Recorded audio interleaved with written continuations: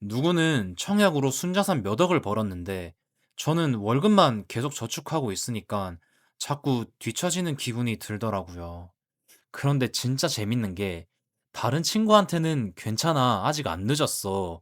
이렇게 말하면서 정작 저는 아무 행동도 안 하고 있었던 거죠. 그런데 작게라도 제가 투자 공부를 시작해 보니까 결과가 조금씩 나오더라고요. 오늘 이 영상에서는 단순히 부동산 공부해라 라는 그런 뻔한 조언이 아니라 지금이라도 어떻게 행동해야 하는지 구체적인 세 가지 방법을 한번 알아보겠습니다. 예를 들어 볼게요.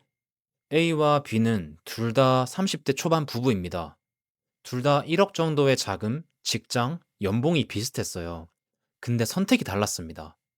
A 부부는 미래의 자산 대신 지금 당장의 쾌적한 삶을 위해 전세를 선택했습니다.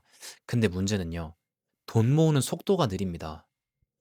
그렇게 전세 만기가 다가왔는데 4억이던 전세가 6억이 되어 있어요. 2억을 어디서 구하지? 하는 멘붕이 오겠죠? 결국 더 외곽으로 밀려나거나 대출을 더 받아야 하는 상황이 옵니다. 반대로 B 부부는요, 똑같이 1억이 있었지만 구축에서 시작합니다. 솔직히 쉽지 않죠. 나만 너무 아끼면서 사는 거 아닌가 하는 생각이 진짜 많이 들 거예요. 근데 B 부부는 잠깐의 불편함을 선택하고 계속 공부했습니다. 퇴근하고 부동산 영상 보고 주말엔 임장 다니면서 내 자금에 맞는 저평가 단지와 GTX 같은 호재가 있는 지역을 공부했어요. 그리고 작은 투자부터 시작했습니다. 처음엔 당연히 무섭죠. 근데 중요한 건 완벽한 상태로 시작하는 게 아니라 그냥 먼저 움직였다는 겁니다. 많은 사람들이 여기서 실수해요. 유튜브 몇 개 보고 여기 무조건 오른대. 이런 말만 듣고 아무 지역이나 들어가요. 근데 그렇게 하면 절대 안 됩니다. 본인만의 기준이 없다면 좋은 입지여도 오래 보유하지 못해요. 중요한 건 남 따라 사는 게 아니라 내가 직접 공부한 지역 안에서 내가 감당 가능한 선택을 하는 겁니다. 그리고 또 하나, 공부만 계속하는 사람들도 정말 많아요. 유튜브만 몇 년 보고 임장만 계속 다니는데 정작 아무 행동도 안 합니다. 왜냐면 계속 확신을 찾거든요. 근데 시장에 100% 확신이 없다는 건 다들 아실 거예요. 집값이 오를지 떨어질지는 전문가들도 몰라요. 완벽한 타이밍 기다리다가 아무것도 못하는 사람이 제일 위험합니다. 시간이 지나니깐 B 부부가 투자했던 집이 오르기 시작했어요.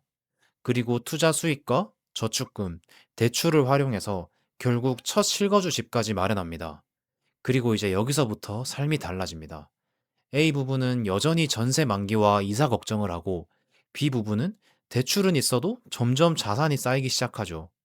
중요한 건 B 부부가 불안해도 공부하고 작게라도 행동했다는 겁니다. 근데 여기서 이런 댓글들이 정말 많이 달립니다. 서울만 계속 오르지 지방은 계속 떨어진다. 몇 년 동안 3배에서 5배 올랐으니 이제 폭락해야 정상이다. 근데 저는 이런 댓글들을 보면 시장을 너무 단순하게 보고 있다는 생각이 들어요. 지방은 계속 떨어진다. 이건 정말 위험한 생각입니다. 지방이라고 다 떨어지는 게 아닙니다. 울산이나 부산, 대구처럼 이제 공급이 줄어드는 핵심 지역들은 이미 반등의 신호를 보이고 있거든요. 결국 지역이 아니라 입지가 핵심입니다. 이걸 공부해야 됩니다. 그리고 많이 올랐으니까 무조건 떨어져야 한다. 이 말도 사실 굉장히 추상적인 이야기입니다. 중요한 건 얼마가 올랐냐가 아니라 왜 올랐냐예요. 직장, 교통, 학군, 환경, 공급 등 이런 것들이 복합적으로 작용하면서 가격이 움직이는 겁니다. 물론 모든 지역이 계속 오른다는 얘기는 아닙니다. 대체 가능한 입지나 공급이 많은 지역, 시장 상황에 따라 조정을 받을 수는 있어요. 그래서 저는 항상 예측보다 중요한 건 준비라고 말씀드려요. 폭락만 기다리든 상승만 확신하든 결국 준비가 안 된 사람은 기회가 와도 못 잡습니다. 반대로 공부하고 임장 다니고 자금 계획 세워둔 사람은 어떤 시장에서도 움직일 수 있겠죠. 그래서 저는 지금부터가 중요하다고 생각합니다. 지금은 더 이상 고민할 시기가 아니라 행동으로 옮겨야 하는 시기입니다. 그럼 당장 뭘 해야 할까요? 딱 세 가지만 기억하세요. 첫째, 내 예산을 파악하세요. 내가 가진 현금과 대출 가능한 금액을 합쳐서 명확한 기준을 잡으시면 됩니다. 둘째, 앱으로 손품을 파는 겁니다. 네이버 부동산이나 아시를 통해 내 예산에서 갈 수 있는 단지를 시간 날 때마다 들여다보세요. 셋째, 이게 가장 중요합니다. 주말에 직접 그 지역으로 임장 가보세요. 화면으로 보는 것보다 현장 가서 한번 걷는 게 훨씬 얻는 게 많습니다.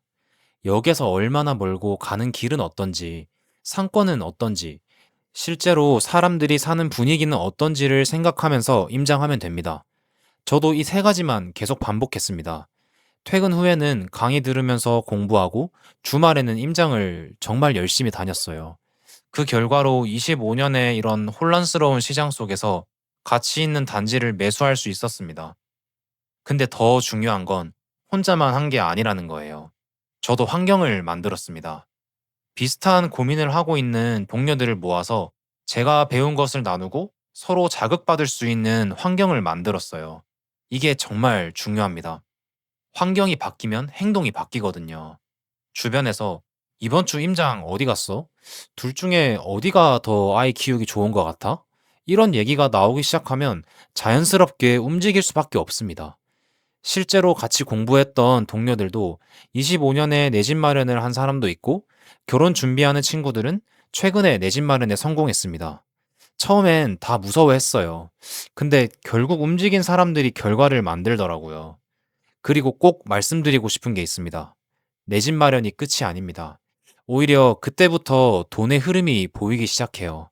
대출 관리나 입지를 보는 눈, 갈아타기 하는 이런 것들이 그때부터 쌓이기 시작합니다.